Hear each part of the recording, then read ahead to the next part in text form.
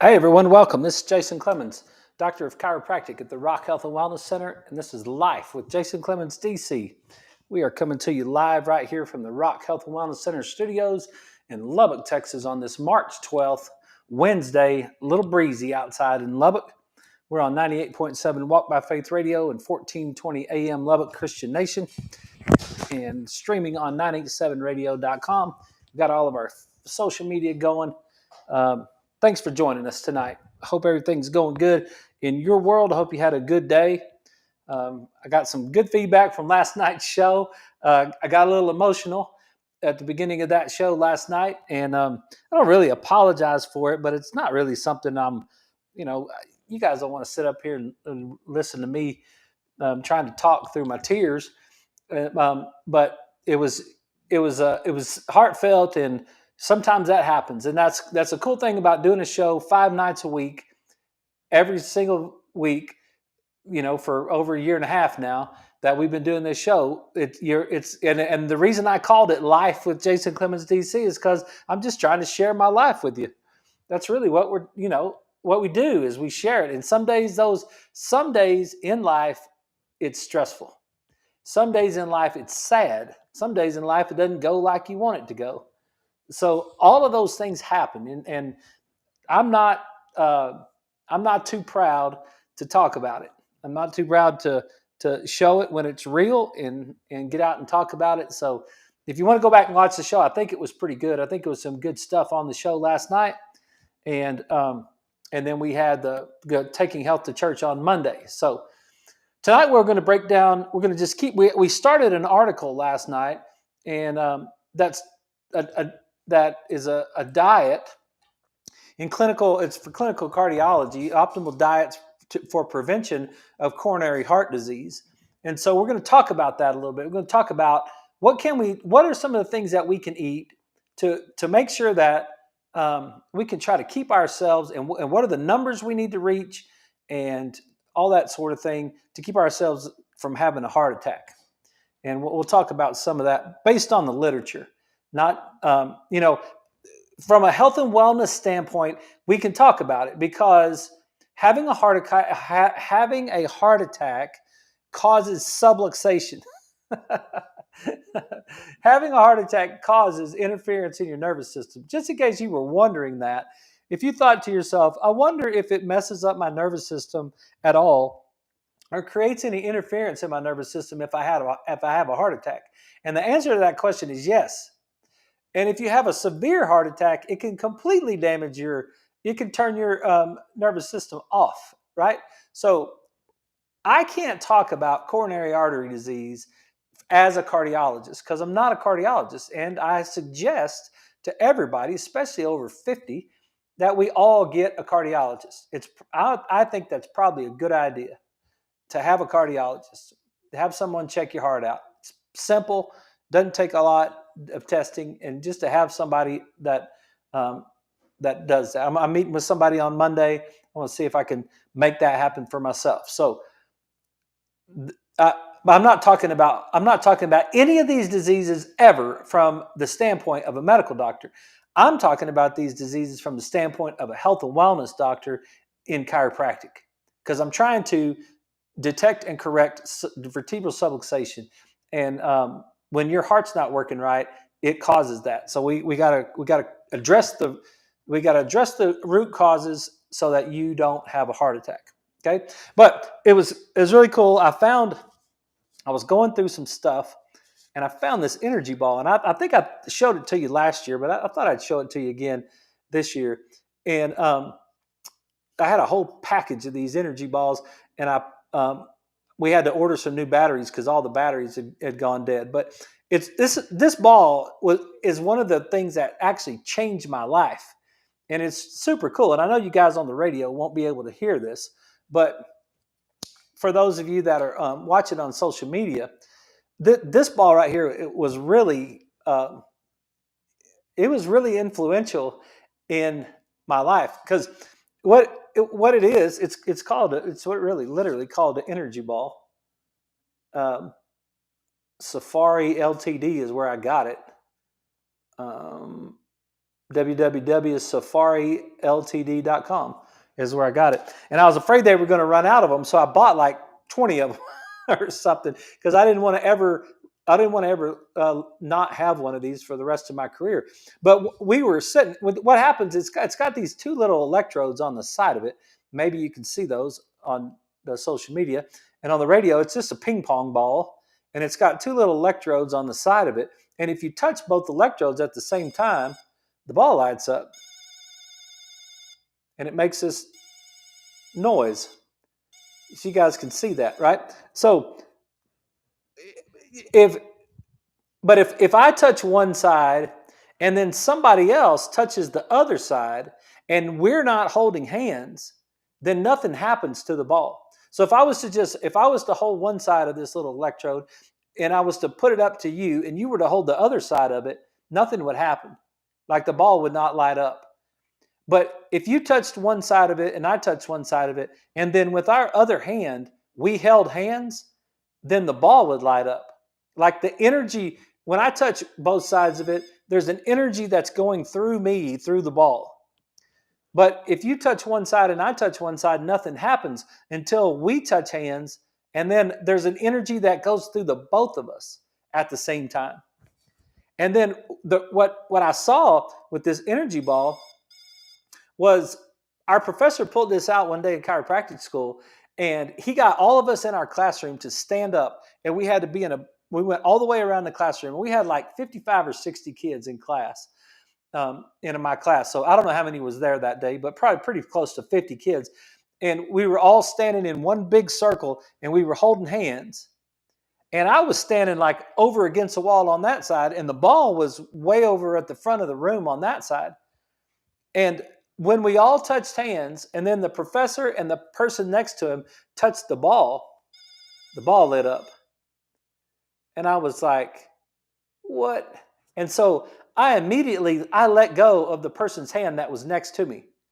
And I was probably, it's a big old classroom, and I was on the other end of the classroom from him. I had to have been 50 feet away from him, 40, 50 feet away from the ball, maybe. That's how far apart we were. And I let go of the person's hand that was right next to me, and the ball went dead. And then the professor said, I don't think somebody's touching. And so I reached down and touched that person's hand again, and when I did, the ball lit up. And then I let go, and the ball went dead, and then I touched, and the ball lit up. And I let go, and I did that 3 or 4 times. Like I was turning that ball off and on from 40 feet away from it, holding hands with the people in my classroom. And I was the one that was turning the ball off and on by the way I was touching the person's hand. And I was like, what in the heck is that? It's like, how did that work? And if we had a group, it'd be so cool to show you this. If you guys are patients and you ever come into the office and you want to see how this works, I'll keep it in the adjustment room. We could talk about it, and I'll show you exactly how this works. But I was like, what did I see? I had to go back and sit down at my desk and say, what did I see? How did that work? I know it's hard to understand if you're just watching me touch it, but if you were here and I touched it, nothing would happen. It would just nothing until we touched hands. And then that energy runs through both of us at the same time and lights up the ball. And it was like, it was quite amazing.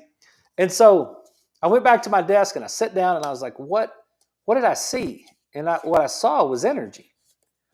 I mean, it was obvious. It was obvious that there had to have been some sort of current flowing through all of us in that room that day.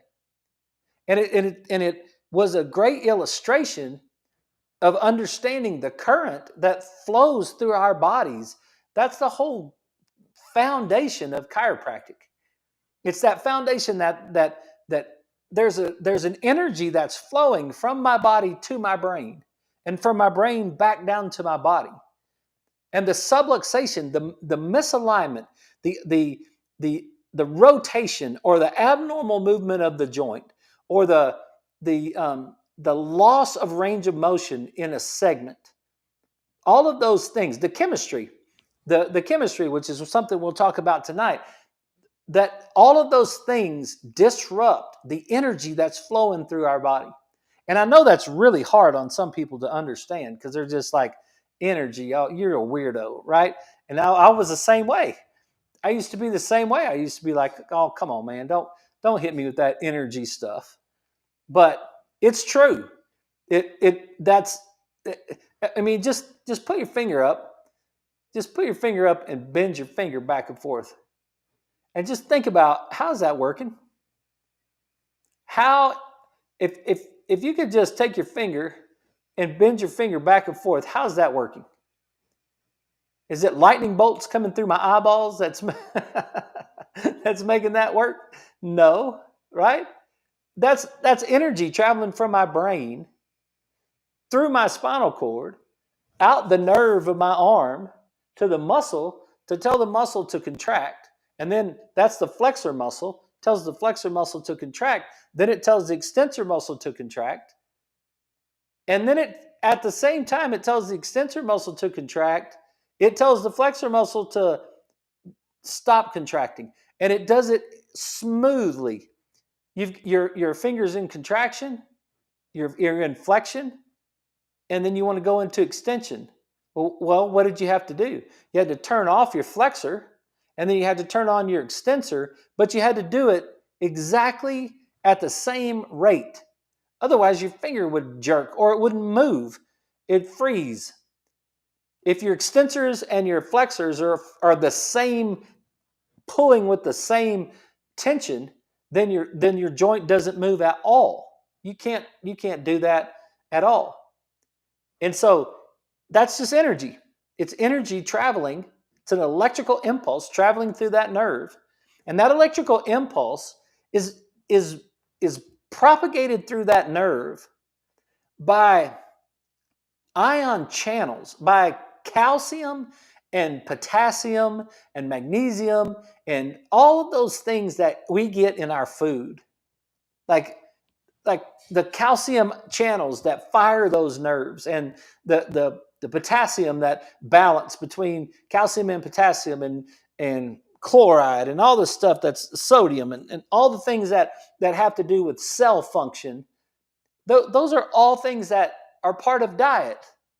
They're all things that are part of the way that those things that we eat. And some people said, I've had 2 or 3 patients in the last several months tell me that their doctors have told them that diet makes no difference whatsoever. And I'm like, what? Like, that doesn't even make any sense. Like, how do you make your finger move? Like, and then one of my guys told me today he had to use a heating pad on his low back because, and he thinks it's the change of barometric pressure coming through with the front that just came through last night. He said, I hadn't had to do this in forever. But he's like, all of a sudden the weather changed. What happened?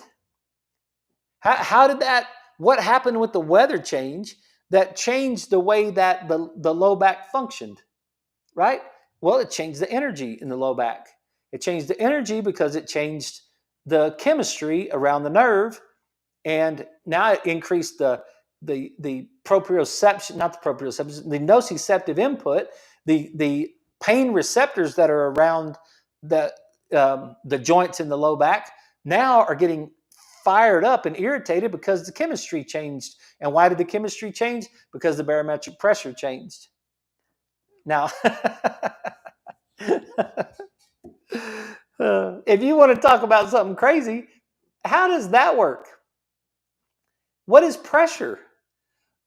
Like, there's what is it's pressure of the air? Like, we're feeling the pressure of a front that moves in. It changed the pressure. What is, and pressure is air? Yeah, it's energy. It's like the compression of air on top of us, right? The whole thing is energy. And so I just saw this today. I thought, man, I'm going to talk about that for a few minutes on the show because the energy ball is super cool. But so now when you're talking about health and you're talking about exercise, what are you doing with exercise? Right? How is exercise helping you? It's what is it doing to the body to balance the energy in the body? What is the diet doing? Because it's super hard. We had several conversations today about one of the guys gave up sugar for Lent. It's great. And then he was talking about he wants to give up all the sugars, and then we was talking about the alcohols, the sugar alcohols, and all that sort of thing that's in some of the dark chocolates and the different things. And he's like, okay, well, how do I give up all that stuff? And I'm like, well, and then I had the same conversation tonight. Again, it's like, well, I had ham and crackers, and I said, what kind of crackers? Where'd the crackers come from? And what ingredients does the cracker have in it? And he was like, well, I'm not sure. I didn't read the box.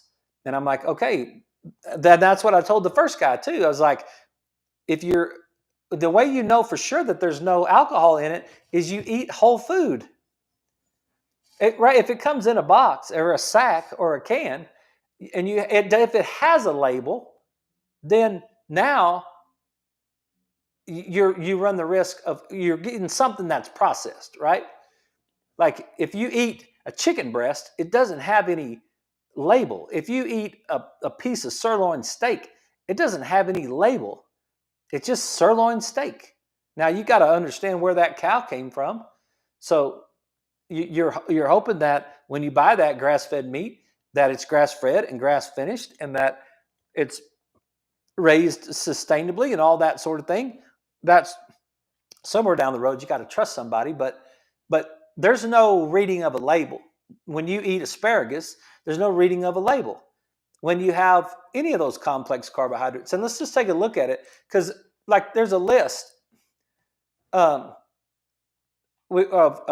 complex carbs. We talked a little bit last night about that, so I thought I would maybe just find a list somewhere, and so I just Googled it and just said, hey, I need a list of complex carbohydrates. And there are things like there's all brand cereals. That's a complex carbohydrate. Now you got to watch it, because if it's coming in a box, if it's a cereal and it's coming in a box, you got to watch about what else is in there, right? You don't have to worry about the next one on the list. You don't have to worry about asparagus. Now, bananas is a complex carbohydrate, but it's still high on the glycemic index. And there's some of these things like brown bread, buckwheat, carrots, celery, dried apricots. Cornmeal is on here. Kidney beans, low-fat yogurt, oat bran bread, oatmeal, oranges, peas, plums, prunes, soy milk is even on here, spinach, strawberries, turnip greens, whole grain cereals, zucchini, apples, bagels, brown rice, buckwheat bread, chickpeas, cucumbers, eggplant, grapefruit, lentils, macaroni, no. If it's whole grain macaroni, maybe. But so now this brings me to a really good thought, because I did think I wanted to talk about this tonight. Is now we have to separate. We want complex carbohydrates, but what are the two things that we know that we're going to try to control? We're going to try to control our insulin, and we're going to try to control our 6:3 ratio, right? And if you want to, if you want to test your 6:3 ratio, then you can come to the office. I'll get you a test, and then you'll get a result. And this result, and this just happens to be Leslie, my wife, that I just pulled her up hers so we wouldn't have to worry about any HIPAA violations, because she's given me permission to try to help you. But this omega-3 test, it's very simple. It's a finger prick test. Boom, you prick your finger, you put a drop of blood on a little card, you let it dry, you put it in the mail and send it off, and then in 7 to 10 days, we've got this report. And I just want to show you where she is on this whole thing, right? So you'll get an omega-3 index score, and it'll give you a range of where you're supposed to be. And that's like 8 to 12 is an ideal range for the omega-3 score. And Leslie's at 13.27, which is fine with me. She's on top of the score. She's on past it. And then you come over here to the omega 6-3 ratio, and it'll give you a range. I think it's like 1 to 5 or something like that. It's kind of small. I can't see it on this picture, but 2.5 to 1 is where Leslie is on the omega 6-3 ratio. If anything less than 3 to 1 is great. For years and years and years, we were 1 to 1, according to study. So 2.5 to 1 is great. And then her arachidonic to EPA ratio is 1.7 to 1. Her arachidonic acid to EPA ratio is 1.7 to 1. That's fabulous. She doesn't have any inflammation. She doesn't have that high level of inflammation inside of her body. She doesn't have it. She's not gonna have this overreactive immune response to any sort of stimulus. I can't even remember the last time she got really sick. I think the kids were little. I think she got whooping cough, like, I don't know, shoot, 15 years ago or something like that. Like she's very, very, very seldom sick. But those are the levels right there. So the reason I showed it to you is because it gets a little bit complicated unless you really understand what you're trying to balance. Because if I want to try to balance my glucose, and last night, if you missed last night's show, go back and watch it, because we really got into the triglycerides, the HDL, and the LDL. And we got into it in a very simplistic way so that you could understand how to control and get your LDL down. And so, but we're going to control insulin and our 6-3 ratio, right? So when we're going through a list of complex carbohydrates, we need to keep this in mind right here. Just because it's a complex carbohydrate doesn't mean I want to eat it, because it first thing it has to do is fit in the complex carbohydrate list.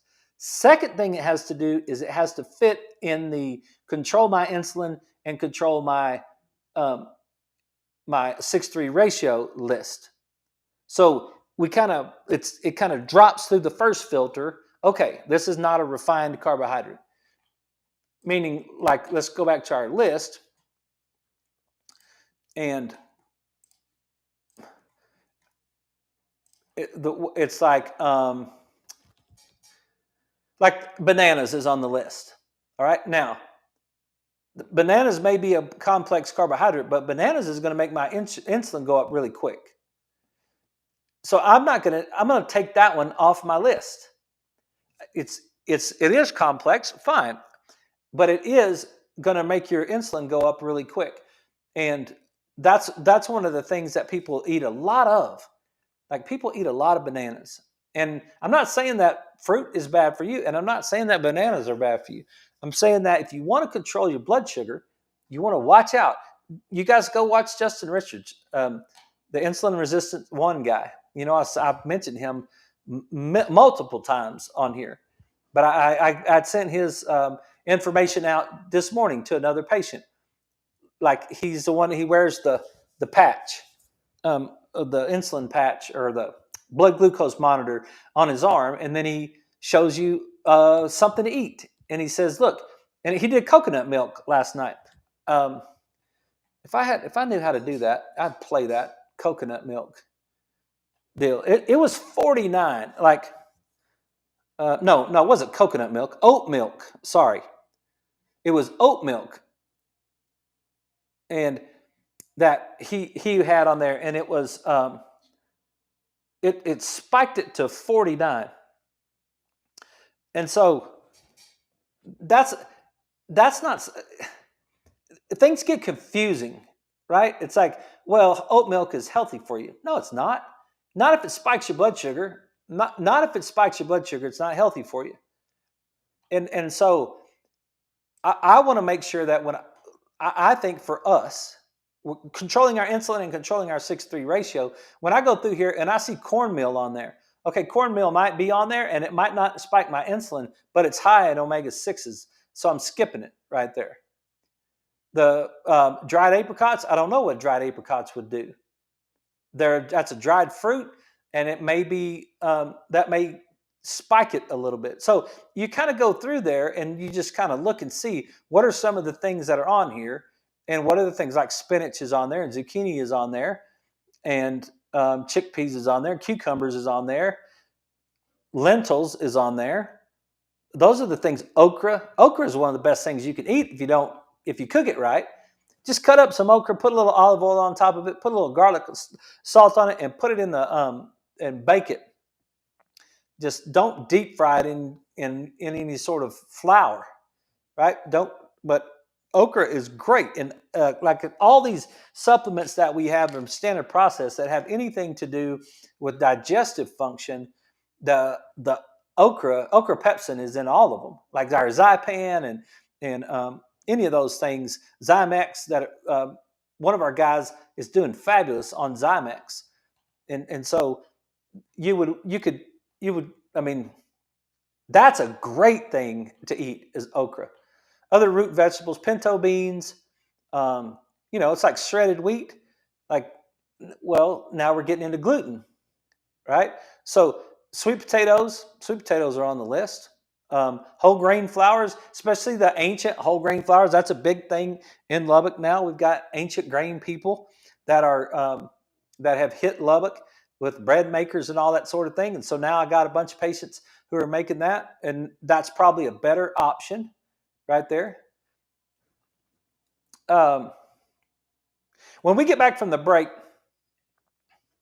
we'll continue to talk about this, and then I want to get into the diet of the article and break down some of those things tonight. So this is Life with Jason Clemmons, DC. Stick around. We'll be right back.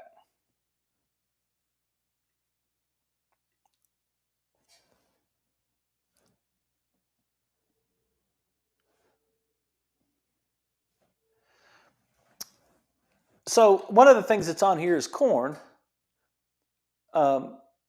potatoes, spaghetti. Like, I don't understand where this is. See, another thing you got to do when you're trying to figure this stuff out is you got to look and see who put this list together. Because some of this stuff is like, no, your blood sugar is going to spike like crazy with spaghetti, and it's going to spike with white potatoes. So just remember, in the potato family, white potatoes cause the most blood sugar. The sweet potatoes are next, and then the purple potatoes are the best. You can learn that from watching the Blue Zones and learn about the purple potatoes. So complex carbohydrates, you can list. I mean, that's one list I found. Here's another list. Let's see what it says. I'll share it with you.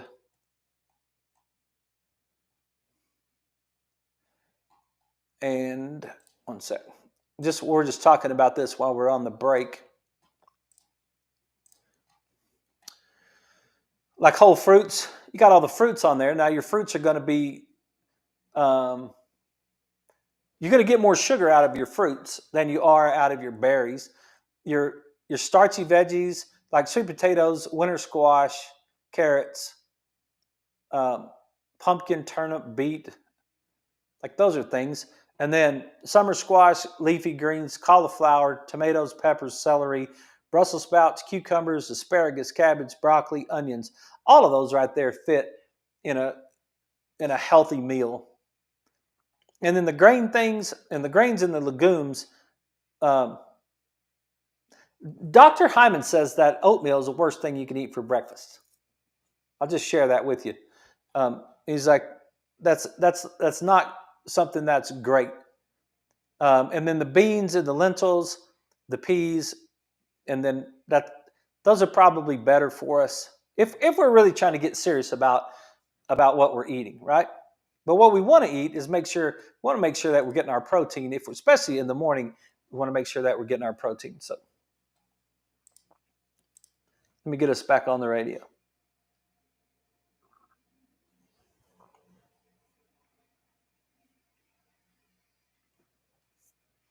Okay, everybody, we're back. This is Life with Jason Clemmons, DC. We're talking about health tonight. We're talking about complex carbohydrates, talking about omega-3s. Just remember, let me show this one more time for if you're new, if you just joined us.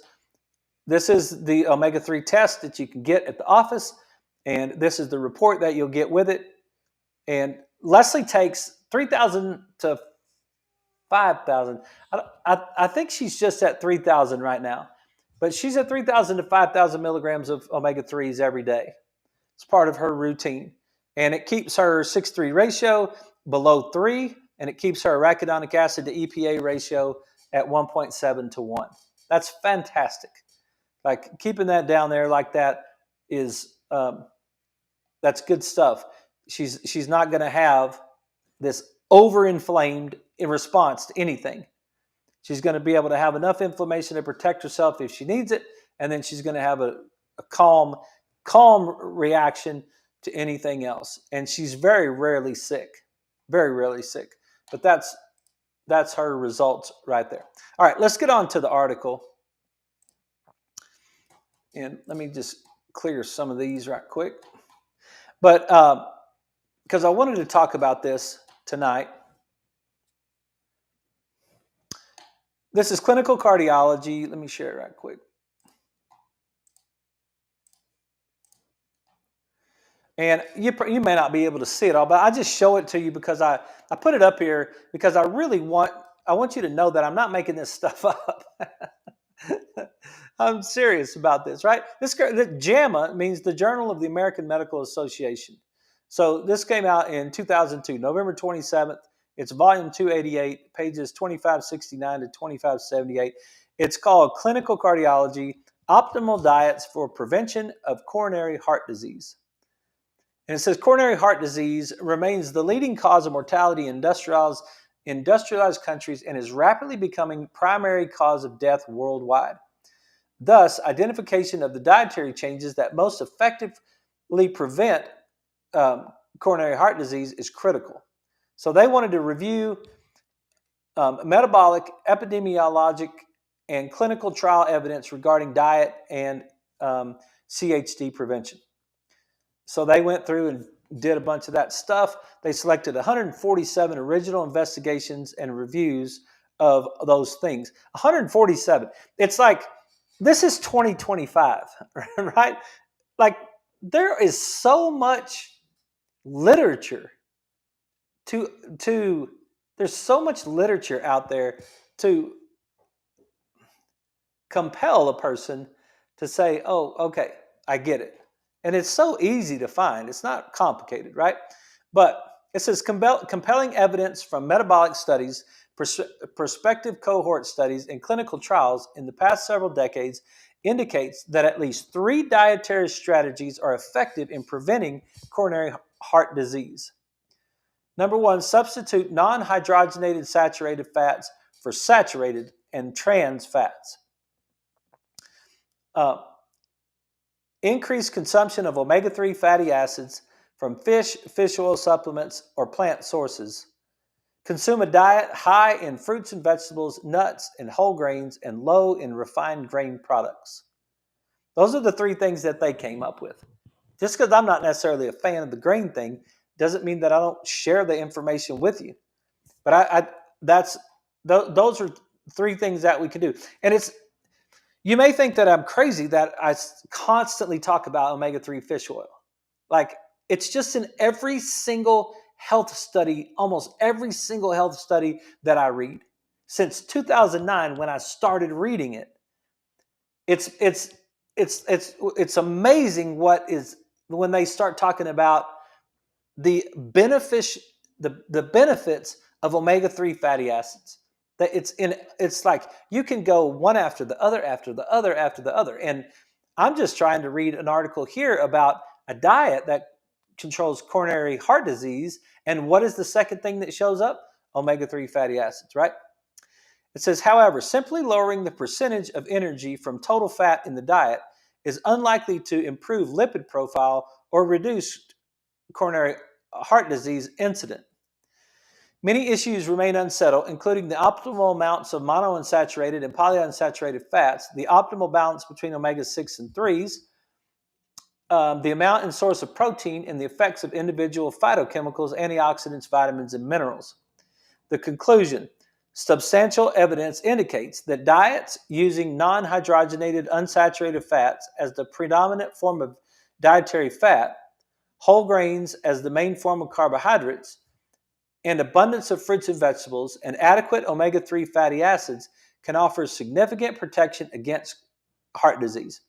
Such diets, together with regular physical activity, avoidance of smoking, and maintenance of healthy body weight, may prevent the majority of cardiovascular disease in Western populations. And you would think by reading that, you would just think, like, no kidding. Like, who doesn't know that? Right? I think we all agree. Like, everybody's like, eat a healthy diet, exercise, keep a healthy weight, and you're probably going to be like way better off, right? So let's get down here and talk about some of the sentences, because um, Dan does a good job with this stuff and kind of makes some highlights. And so saturated fatty acids increase total LDL bad cholesterol. Polyunsaturated fatty acids decrease total LDL bad cholesterol. So let's just Google it so what everybody knows. Polyunsaturated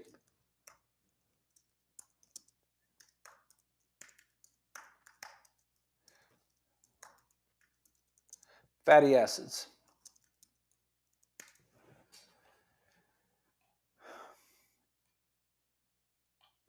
They include omega-6s and omega-3s, which are important for brain function.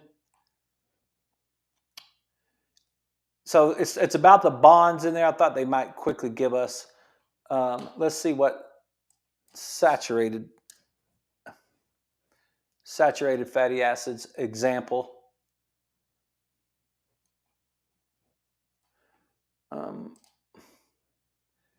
See if we can find a list right quick of what would be a saturated fatty acid.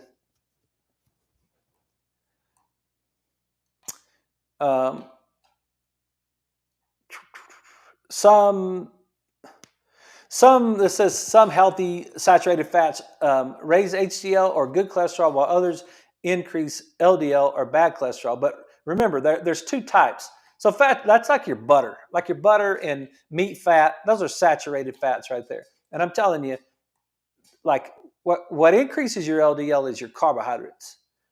So that's not something that is really that I promise you. If you were to eat meat, my triglycerides are 40 something. My LDL is below 100.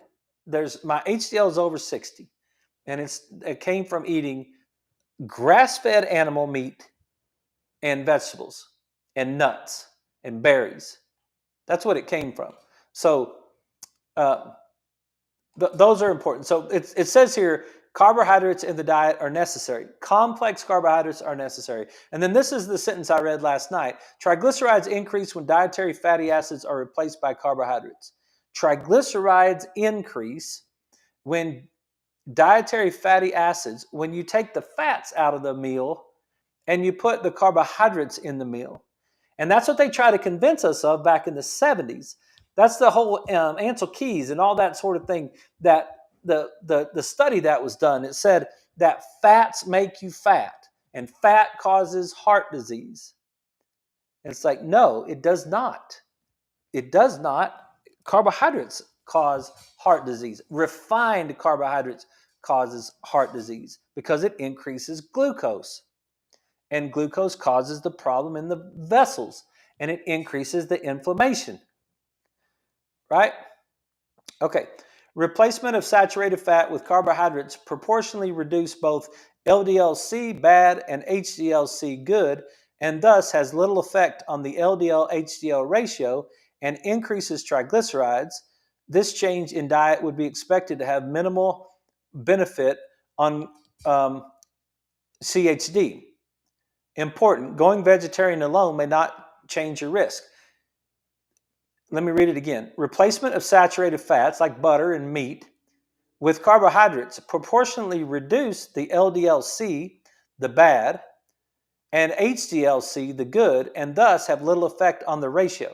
Yeah, but Dr. Lustig does the best job about this. Dr. Lustig explains the difference between the two different types of LDLs, right? High triglycerides and low HDLs means that you have a bad, very dense, very small LDL. That's dangerous. According to Dr. Robert Lustig, Sugar the Bitter Truth. Okay? You want low triglycerides and high HDLs. That's what you want in your blood. Because that's going to say your LDLs are large, buoyant, and they just float through the blood, and they don't cause any problem. When monounsaturated, like olive oil, or polyunsaturated, like plant and fish oils, replaced saturated fat, LDL bad decreased and HDL good changed only slightly. This is good, so the fats are good. Substituting polyunsaturated fat for saturated fat may have beneficial effects on insulin sensitivity and type 2 diabetes. Very important. The fat we eat affects the ability of hormones like insulin, neurotransmitters like serotonin and dopamine, polypeptides and amino acids like glutamate to dock on membrane receptor sites and initiate their respective physiological function. I know that's a complicated sentence. Don't let me turn you off with that. But what it's saying is the types of fats that we get, especially when we balance our 6:3 ratio, has a lot to do with our insulin and the way that our brain works and the way that our serotonin and dopamine system work, our motivation system, and our happiness. It's so obvious when those things are not firing properly. I say it all the time. Someone will say something to me about somebody misbehaving, and I'll say, I bet they're not taking their fish oil. And they just kind of laugh, and they don't understand what that means. But what that means is that the neurotransmitters and the dopamine and the serotonin, like dopamine and serotonin, and glutamate, as far as that goes, those are all affected by the way that we eat. And remember last night when we showed the sandwich? We showed the ham and turkey sandwich with mayonnaise on white bread, and then we showed the chips and the Coke and the cookies. There was the fats out of that whole thing, and the potato chips with vegetable oil, which has no vegetables in it. Those are all moving us towards that omega-6 realm instead of moving us to the omega-3 realm. And it causes problems for us, right? Let me move down here a little bit. Trans fats increase plasma levels of lipoprotein A and triglycerides. Trans fats. Now that trans fats is what you get when you take that oil and you add heat, light, and oxygen. When you add heat, light, and have you ever wondered why Lay's potato chips comes in a silver-lined bag inside the grocery store? Why are they putting that Lay's potato chip in a silver-lined bag? Why does olive oil come in a dark brown bottle? What is the deal with that? Well, heat, light, and oxygen changes those oils in those potato chips. And it'll say on the bag, no trans fats. But if you leave that, and just think of trans fats as something that's really toxic. If you leave that on the shelf and the light from the grocery store keeps hitting that thing, then eventually it's going to turn that into a trans fat, and that's not good. That's why those things are lined like that. Dietary cholesterol and modest egg consumption, 1 egg per day, were not significantly associated with either heart disease or stroke. Yeah, because you can eat all the eggs you want. There's an elevated risk of cardiovascular disease with higher trans fat intake. We took that on there. Let me move down and get into I'll read a little bit about omega-3s, but I know you guys are tired of omega-3s. But omega-3 fatty acids may reduce the risk of coronary heart disease by preventing cardiac arrhythmia, lowering serum triglyceride levels, decreasing thrombotic tendencies for having a clot, and improving the endothelial dysfunction. where we don't have that um, that bolus that kind of makes the artery clog up right there. Numerous studies have cited the documented and the protective effects of marine omega-3 fatty acids against heart disease in diverse populations.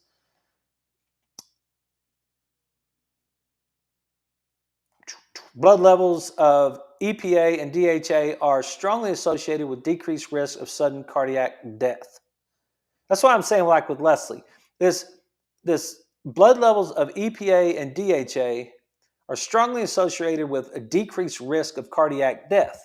Well, her arachidonic acid to EPA levels 1.7 to 1. The arachidonic acid is the inflammatory part of that whole thing, right? Her inflammatory to anti-inflammatory balance is it's 1.7 to 1. It's almost 1 to 1. It's less than 2, right? So it's really close versus the average American, that's 25 to 1 arachidonic acid to EPA. The corn syrup in the Cokes, the corn chips, the peanut butter, like all of those things are high in omega-6s. Am I anti-peanut butter? No, I freaking love peanut butter. Like especially Reese's Cups. Like peanut butter and chocolate. Well, how can you beat that? I mean, that's one of the the greatest inventions ever, right? Everybody loves peanut butter. Like it's like who doesn't like peanut butter? Peanut butter crackers, like all that sort of stuff, right? It's not that I don't love the peanut butter. It's like the peanut butter is like really high in omega-6s. So even though it's got some lovely properties, and even though it's delicious, and even though there's some things about peanut butter that are good, we're just pushing that level up high. And I think this next sentence right here is going to kind of address that. It says here, alpha-linolenic acid, ALA, and omega-3 fatty acid high in flax seeds, canola, and soybean oils can be converted to EPA and DHA in humans and thus may have a role in prevention of coronary heart disease. And then Dr. Murphy puts in and says this, all studies that I am aware of note that this conversion is very inefficient in humans. And that's what I've learned too, is because Dr. Murphy's the one that's taught me a bunch of that. You may get ALA from flaxseed, but you cannot substitute flaxseed for fish oil. The EPA and the DHA, what it's saying is we can take the ALA from flaxseed and we can convert it into EPA and DHA. And I've read it multiple times as well, that's a very inefficient mechanism in human beings. So you're not getting that conversion. It'll trick you. One of the things is prostate cancer, that if you think I'll just take flaxseed instead of fish oil and I'll get the omega-3 from that, you'll end up with that increases the chances. I'm not saying you'll end up with prostate cancer, but it does increase the chances of prostate cancer. But that is one of the things I said today, that the ALA being an omega-3 does decrease if you put flax powder in peanut butter. Well, that's one of the things to balance. So the kids like peanut butter and toast when they were young. And they only like peanut butter and toast because we gave them peanut butter. But we didn't know any better. And then I learned about this stuff and I was like, okay, we need to start balancing that out. So we start taking a teaspoon of flax powder and putting it in, mixing it together in the peanut butter so that it balanced the ratios. It got them a little bit closer to 3 to 1 because it's way out of control if you don't do that otherwise. So, but it doesn't really convert that well. So you can't say that I'm going to take flaxseed and solve my problem in my EPA and DHA. Okay, you got to have your fish oil. So let's get down here to carbohydrates. Prevailing dietary recommendations have emphasized high intake of complex carbohydrates, mainly starch, and avoidance of simple sugars. Yes, many starchy foods, such as baked potatoes and white bread, are rapidly digested to glucose and produce even higher glycemic and insulinemic responses than sucrose, which is half glucose and half fructose. This comes from the article, and it says, you are better off eating sugar than potatoes and bread. That's when I say I quit sugar, I haven't had white potatoes in 3 years either. And I haven't had a piece of bread in 3 years for that reason. Because many starchy foods, such as baked potatoes and white bread, are rapidly digested to glucose. That's where we just talked about our